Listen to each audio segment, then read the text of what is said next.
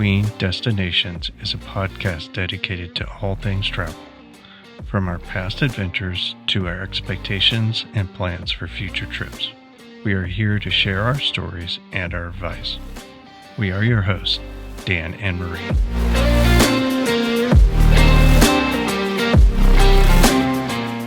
So welcome to the Between Destinations podcast. I'm your host, Dan and Marie.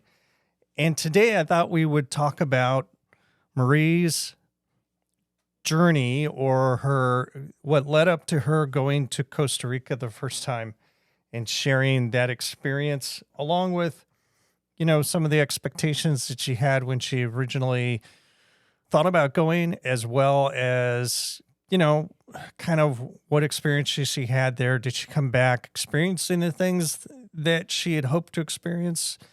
Did it meet her expectations? Just kind of all of that. So I guess first off, what was it that made you want to go to Costa Rica in the first time? I mean, a little backstory so everybody knows is that her cousin invited her to go to Costa Rica, right? Yes. Yeah. And her cousin runs a wellness retreat. So this was a wellness and adventure retreat for women only, which is cool. But anyways, so what kind of led up to that? Are inviting me? Yeah, what led up to her inviting you? I mean, how did it come about that you got invited? I don't know. I'm pretty close with my cousins, and I think Anne just shared with me that she was going to have a wellness retreat for ladies only in Costa Rica. And I was like, oh, that sounds good. I said, I've never been to Costa Rica. And she said, okay, we got to get you signed up. I was like, okay. So I was like, I love spending time with them. And she explained that it was about just getting away for a week and treating yourself to healing things that are going to just make you feel better about yourself. And I'm all about that. So this trip to Costa Rica was the first time that you had been to someplace other than Mexico, other than when we went to Pat and Ruth's wedding in Bonaire. yes. So that was probably pretty exciting and maybe a little stressful at the same time because it was an all new experience. Nope, not stressful at all. Seriously. Just looking forward to it. Yeah. I don't get stressed over trips. With that trip, there were kind of a lot of new experiences in some regards, like basically taking the puddle jumper to go from San Jose to Puerto Jimenez. That had to be a new experience. Mm-hmm. Little bitty plane. Yeah. And so when you went to Costa Rica, kind of what were your initial thoughts when you got to San Jose for the first time? My initial thoughts, just, I'm going to have a great week. I don't know. I knew the trip I was going on and had told us what to expect and what we were going to do. And so I was just looking forward to having a week away, literally off the grid. Part of her experience is to make a break from everything and just focus on yourself. And so I was looking forward to just cutting everybody off for the week. No phone, no social media, no just expectations from anybody. And I was looking forward to that. Just not having to deal with anything. And so the hotel that you stayed at, I've been fortunate to be able to see that hotel. What were your thoughts? Because I'm sure that was kind of a different experience too. Oh, it was beautiful. Absolutely beautiful. And so she wanted us to have the full experience of a, really nice trip. So it's not like, we were just staying in a motel overnight just till the next day when we flew out. So it was just a amazing hotel, just the flowers and the scenery and the history behind the hotel. And it's actually on a coffee plantation. It used to be a coffee plantation. And So that they just have plaques and stuff you can read about things. And so there was history to the hotel, not just a room to stay in overnight. So it was beautiful. Yeah.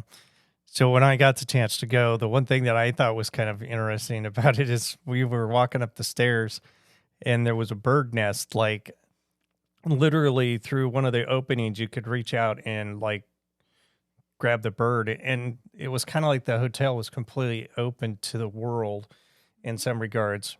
That was a new experience for me, but Costa Rica seems in some ways to be like that, where you're just kind of exposed to the elements, not completely, but Yeah, it's just it's a eco-friendly country, and they want sustainability, and they want to be able to just keep everything as natural as they can. And that's part of what I loved about it is it's just so different. They care so much about everything and keeping everything natural and healthy and beautiful. So you guys got on the little puddle jumper. It was a dual prop kind of little small plane. I don't know. 12-seater. Yeah, 12-seater, not very big. So you got on the plane and you flew into Puerto Jimenez. Mm-hmm. Did they say anything to you about what landing there was going to be like and what happened to be right there at the end of the landing strip? No. When our very first trip there, we just experienced it all. So they didn't, Anne wasn't flying with us. We were all flying in on our own. Yeah. And so it's not like and none of the ladies had experienced it before. Well, one had, but she had come in later, she wasn't on my flight. So no, they didn't. It was all a new experience. So it was fun. It was fun. We landed right next, the airport is right next to a cemetery. And the airport is literally one room big. So, well, 2 rooms because you have where you put your luggage in, but yeah, it's tiny. It's tiny. So you get to Puerto Jimenez, and from there, because your experience going to Matapalo was different than our experience, just because it seems like there was a lot more that had been done as far as the roads and everything like that. You want to talk about how that experience was going to Matapalo the first time? Because you had water crossings and all that where we didn't. Well, honestly, I didn't pay attention because I didn't have to. So we've been 3 times now. I just went with Dan back in January, but I've been to my cousin's wellness retreat twice now. The first time we're talking about, and then again another time. But Anne has everything planned out completely. So that's another part of the wellness part of this is that you don't have to be concerned with any logistics, any transportation, where you're going to eat, what you're going to do, where you're scheduled, nothing. She has everything planned out. So I never even paid attention the first 2 times I went to how we got from the airport to Matapalo because I didn't have to. And so this last time we went, it was different because we had to figure out where we were going. But it's not like in the United States where, they have paved roads and markings and you just know where your destination is and turn here and go that far. And you'll go through water crossings. You'll go through past, all kinds of animals. And that's the other thing too. We had drivers. And so the drivers knew where, they would stop and show us, hey, look up in this tree. There's a sloth in this tree. Hey, this is where we're doing this. And look over here, you can see, toucans and this and that. So we were more focused on just enjoying the ride. I never even paid attention to the roads the first time I went.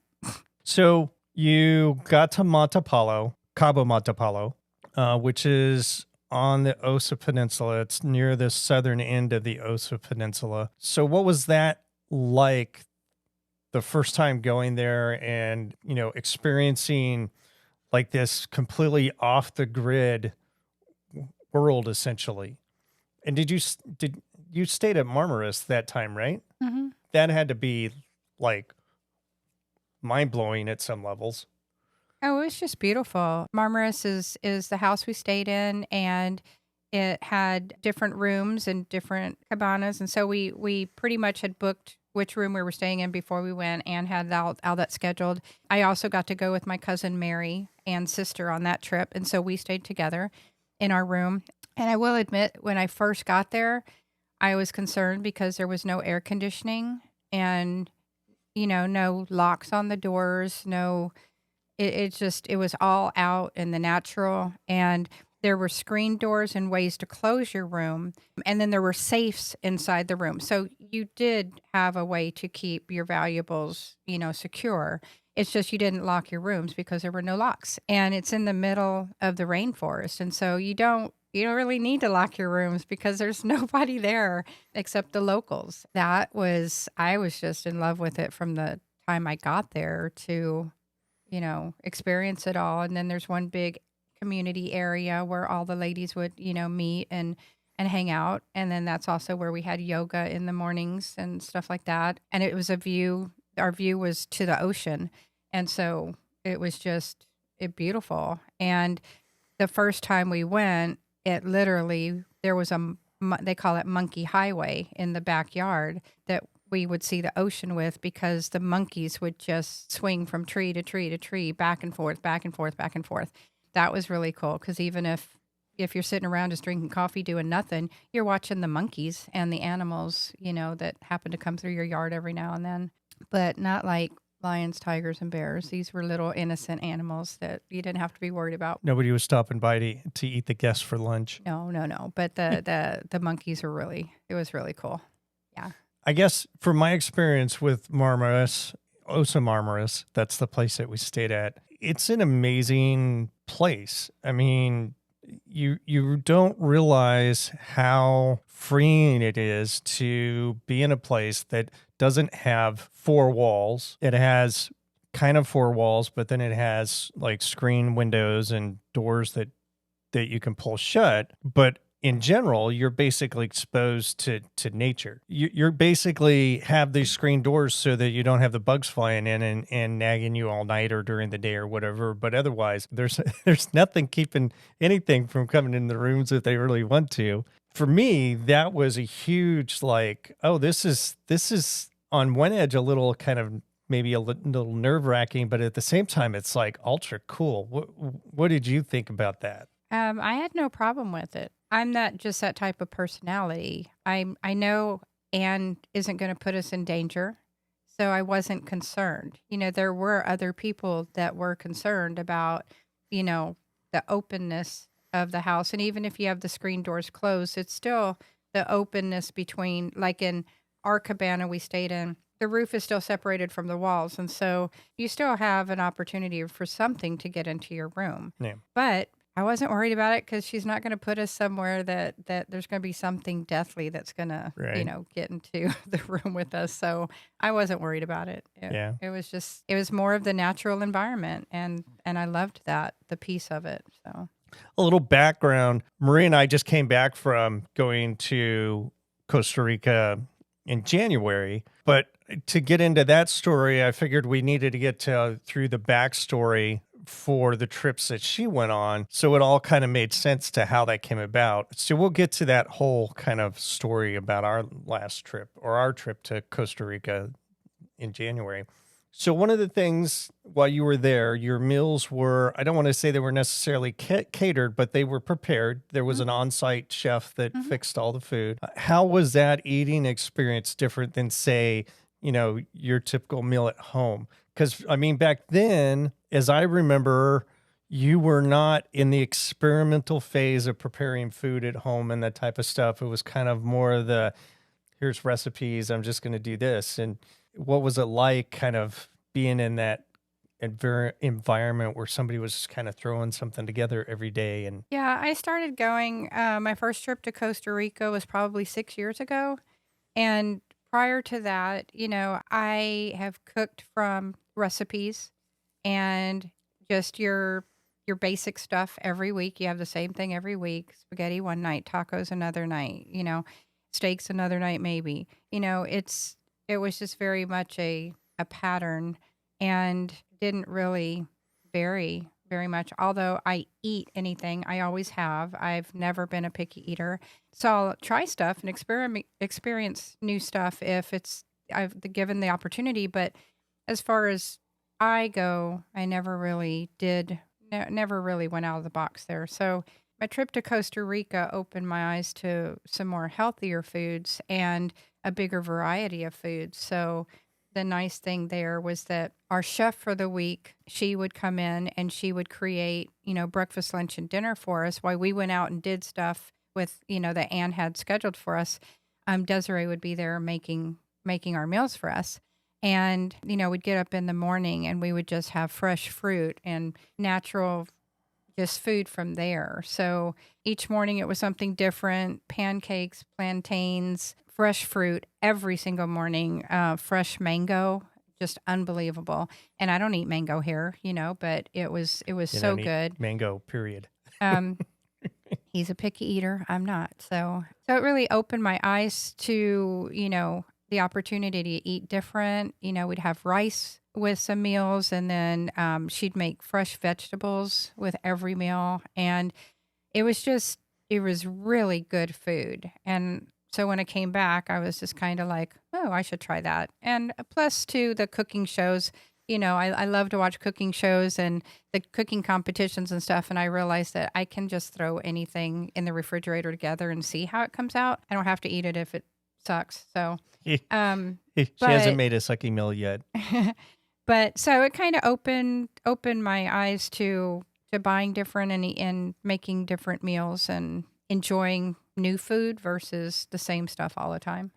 So one of the cool things about going to that part of Costa Rica is that it's solar power. You're pretty much off the grid. You have Wi-Fi access, but you're probably not getting much of a cell signal. Of course, you probably don't even use cell while you're there. I mean, we didn't. That whole being disconnected, in a lot of ways, that had to be completely liberating. Oh, yeah. And at other times, a little bit like, oh, I miss some things, like my show that maybe I'd watch once a week or whatever.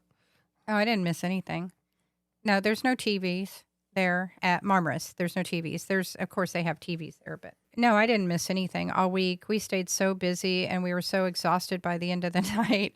And, we'd get back and have a glass of wine and with our dinner and just sit and visit and watch the beautiful sunsets. And like I said, on the Wellness Adventures retreat, Anne had everything scheduled. So every evening we had, some quality time doing something, whether it was walking, taking an extra walk or just sitting out back, talking to our friends we were there with and the other ladies and stuff. I didn't miss anything. I didn't miss TV at all. So talk about some of the things that you did, some of the adventures, activities that you did while you were there on your first trip. Okay. So again, there's a schedule for the week. And the liberating thing is you can do what you want and you don't have to do anything. So that's part of Anne's wellness is this is about you. So if you're not active and you don't want to go climb a tree, and you don't have to. You can do, your own spiritual time or, just journaling, walking, doing whatever you want to do. Just sitting at home and resting. I mean, a lot of people don't ever get to rest. And so being on the trip, that's what it was all about, is what's going to make you healthier and feel better. I'm not that person. I want to do everything that's planned. So she had different things planned for us and hikes to waterfalls that had natural exfoliant mud for your face. And that was a lot of fun. And then we did nature hikes, with Andy and Eddie that would teach us all about the environment and how the environment, its defenses and offenses, about how it all just takes care of itself along with the animals and everything. And then we did surfing one day. I had never surfed before. That was fun. So it pains me. It hurts me that she surfed. I got over it though, but yeah. I was so like. So he's wanted to surf his whole life, and I got to experience it. So I did, and that was a lot of fun. And then we went on a hike to a waterfall and rappelled the waterfall along with in the same hike, we got to climb a tree. It's called the Vining Tree. And that was a new experience for me. And it was very motivating because Anne did warn us, this is a very, what do you call it, very active trip. So I did plan on the trip, and it was motivating for me to get in shape before I went on the first trip. And I did. I mean, I knew about the trip a year before I took it. So 10 months to a year. So I had time to get my butt in shape. So, and I'm glad I did, because climbing the tree was just very, very fun and motivating for me. And once I did it, I just felt so successful. And then rappelling down the waterfall, wow, that was really, really cool. And then we went zip lining that week over the rainforest, and that was just amazing. And then we would just hike and go walking a lot. And then we did kayaking, sunset kayak tours. And then after we go kayaking in town, they have a pizza place. It's a local pizza place that they've had there for years. And we stopped there and had pizza and homemade pizza. It was so good. But yeah, just a lot of activities for the week. We also did, massages and at the house, she'd have some masseuse come in and give us massages and stuff. And that was cool. Yeah. A lot of stuff. So one of the things, the tree that she was talking about, the vining tree, they actually gave it a name, and it's called tree beard. So one aspect of that tree that I always find interesting is that seemed to be a motivator when you went on the trip the first time. And then ever since then, that tree has been kind of at the center of like, okay, we're going to Costa Rica. I'm climbing tree beard. And that's just it. I'm going to do it. I'm going to get in shape or whatever I have to do to climb the tree. So talk about, why is that tree and climbing that tree such a motivation for like transformation? I don't know. It just is. I've always been the motivated kind of person. Something motivates me, I'm going to do what it takes to get it done. And I was out of shape when I found out I was going on this first trip. I weighed more than I had ever weighed in my life. And I knew that trying to climb that tree was going to be very hard for me. So it motivated me to lose some weight. And in the meantime, I had torn a ligament in my right shoulder, and I was going to have surgery on my right shoulder. And I'm blessed with the fact that I go to a chiropractor. When I mentioned to him that I was going to have surgery, don't mess with my shoulder, he discussed with me the fact that I didn't have to have surgery, that he could help me get through it that year. It would be a long process, but no longer than surgery and then physical therapy for 6 to 8 months, and a lot cheaper. So I told him, okay, let's do this, because I also have a trip to Costa Rica I want to get prepared for, and I've got to be able to climb that tree. And so that, along with just, wanting to be ready for this trip that I had been warned is a very active trip, just motivated me to get myself in shape. So I lost about 40 pounds that year before the trip, and I got ready to go, and I climbed that tree with no problem at all. So tell me about when you got to the top of the tree and rang that bell. What went through your mind? Oh gosh, I don't know. It's just so beautiful, and you can see the ocean once you're up at the top of the tree. And I was just very proud of myself for the fact that I got up there, and I had worked so hard for that whole trip. So I know I was just extremely ecstatic that I made it to the top. As I remember, you were the first volunteer to climb. I honestly don't remember the first year if I was. I'm probably, because when they say who wants to go, I'm usually the first one to say, I'll do it. So I know the second year that we went, I was the first one that volunteered to go. But I don't remember the first year, honestly. So you did all of this stuff while you were there, and there was a lot of conversations about going before. Did you have any expectations before going on the trip, or any hopes? I mean, obviously you hope that you could climb the tree, but was there anything that maybe you were concerned about and it didn't turn out to be the case? Or was there anything that you had hoped that would happen that either happened or didn't happen? A long time ago. I can't remember stuff that happened last week, honey. Don't. Yeah, 6 years ago. I don't know. I'm not the stressed out type of person, so I knew that I was just going to go and experience whatever Anne had scheduled for us. So I didn't really have any expectations of the trip. I did expect to go and relax and to be off grid for a week. So, when I left, they used WhatsApp, and I told Dan, I said, "You're not going to be hearing from me." I said, "If there's an emergency, you can contact Anne." I said, but if you don't hear from me, then don't worry about it because I'm okay.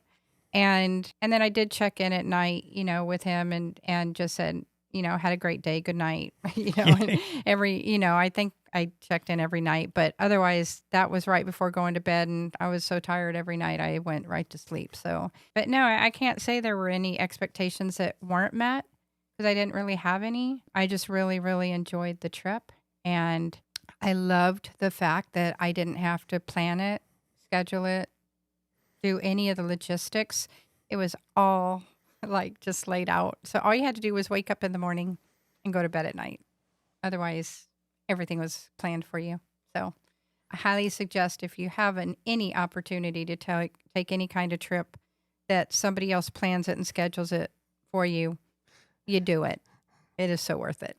Sometimes when people go on trips like wellness adventures and stuff like that, they come back transformed in some way. Do you feel like you came back transformed in any way? Yeah, definitely. Since my first trip to Costa Rica, the fact that I was experiencing such a natural environment, I had never experienced anything like that before. So yeah, when I had gone out of the country before, it was to very touristy locations. So I had never experienced anything so local. Yeah. And locals that are there are just amazing people and so kind and generous and so laid back. Just, life is good. And I got to experience that as well. So I think I came back transformed. I think I did definitely. The whole experience that Anne was wanting us to experience was to take care of ourselves. And I did, after that trip, I did come back and realize that I overcommit too often and that, I don't let people down. So I overcommit, but I always follow through with everything and I'm just exhausted all the time. And then I realized when I came back that it was time to make some changes and it was okay to say no to things and to help take care of myself. And I didn't feel bad about that anymore. I can't do it all the time. And I was okay with that. And I would say that's probably the biggest thing I learned from it is that we've got to give ourselves mental time and not always be go, go, go, go, go. So if you had to pick one thing from that trip that was probably the highlight of the trip, what would it be? As far as the experiences, the while we were there, the activities or whatever? Yeah, just like that. When you think back on that trip, if you had to pick one thing about that trip, what would it be? That is your strongest memory? Oh, wow, that's hard. Sorry, I don't know how to answer that. There's not one thing. I mean, if I instantly, so what comes to mind is climbing the tree and the sunset kayak. We went through the mangroves. Yeah. We kayaked through the mangroves that year. It was so peaceful and just so relaxing. I would say that's probably just the highlight is how relaxing it all was. Even just walking, you'd go out in the mornings and, just spend quality time with yourselves and nature and just seeing the morpho butterflies, just walking and experiencing the quiet time in such a natural place on this world and in this world. That's probably my biggest takeaway. Yeah, that's cool. So if you were going to give advice to somebody or make a recommendation to somebody about going someplace, say going to Costa Rica, other than if somebody's planning it, go for it. What would you share with them? Would you say that even though maybe it's more of a challenge going to to Costa Rica in some regards? Is it well worth it compared to, say, going to someplace else? Oh, I think it's well worth it anyway. I mean, just traveling in itself, the biggest piece of advice I would give you is never stress yourself out over travel. Make sure you give yourself enough time to get to your locations. So don't book flights right next to each other or, have the fear that you might miss a flight because they're booked so close together. Like I said, we fly into San Jose and we stay the night, and then we fly out the next day to Puerto Jimenez because if you get there and then you got to rush and get to the other, the airport for Sanza is right next to the big commercial airport, but still you got to walk over there, get your luggage, walk over there, and especially if you're going out of the country, you've got to deal with customs, and just take it all in stride. That's my biggest advice: is don't get yourself worked up over it. Expect to take time to have to get through everything and to do everything. And then, sometimes we've gone to Costa Rica and there's been a huge lines in the customs line. Last time we went, there was hardly anybody. And that wasn't COVID related. That is just the timing of the trip that we took. So, you're just gonna experience it, but just experience it and enjoy it. That's my biggest advice: is don't stress over it. Don't cause yourself stuff that's going to make you stress over it. So that was making me think about something with that. Costa Rica is natively a Spanish-speaking country. As somebody that doesn't speak Spanish or doesn't speak it fluently, did you find that in any way like a hindrance for the trip? No, not at all. Everybody spoke English. So they're accustomed to us coming there. And so everybody speaks English pretty much in Costa Rica. So you might have, some dialects that are stronger than others, but no, I didn't find any kind of issue with it at all.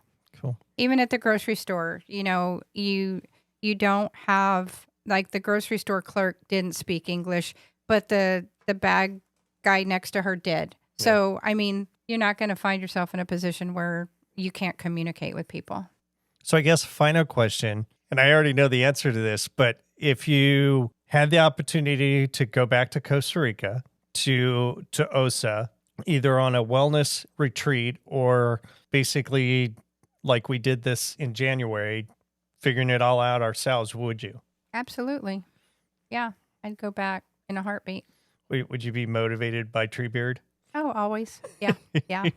And just the locals, we're starting to make friends there and we know them. And now with social media, you can keep up with the friends that you're making. And it's just very enjoyable. All of our guides there are just amazing people, and they keep up with you the whole time you're there. And like I said, the last time we went, Dan and I weren't with Anne. We didn't have her doing all the planning for us. So we really had to count on the locals to help us out and get things done. And they stayed in contact with us all week. Even when we didn't have things scheduled with them, they were checking on us just to make sure everything was okay and did we need anything. And that's how they are there. It's just a very local community.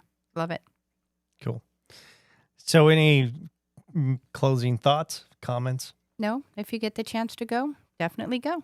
Cool. In the show notes, we'll leave links to Andy and Eddie. Also, we'll leave links to our YouTube channel.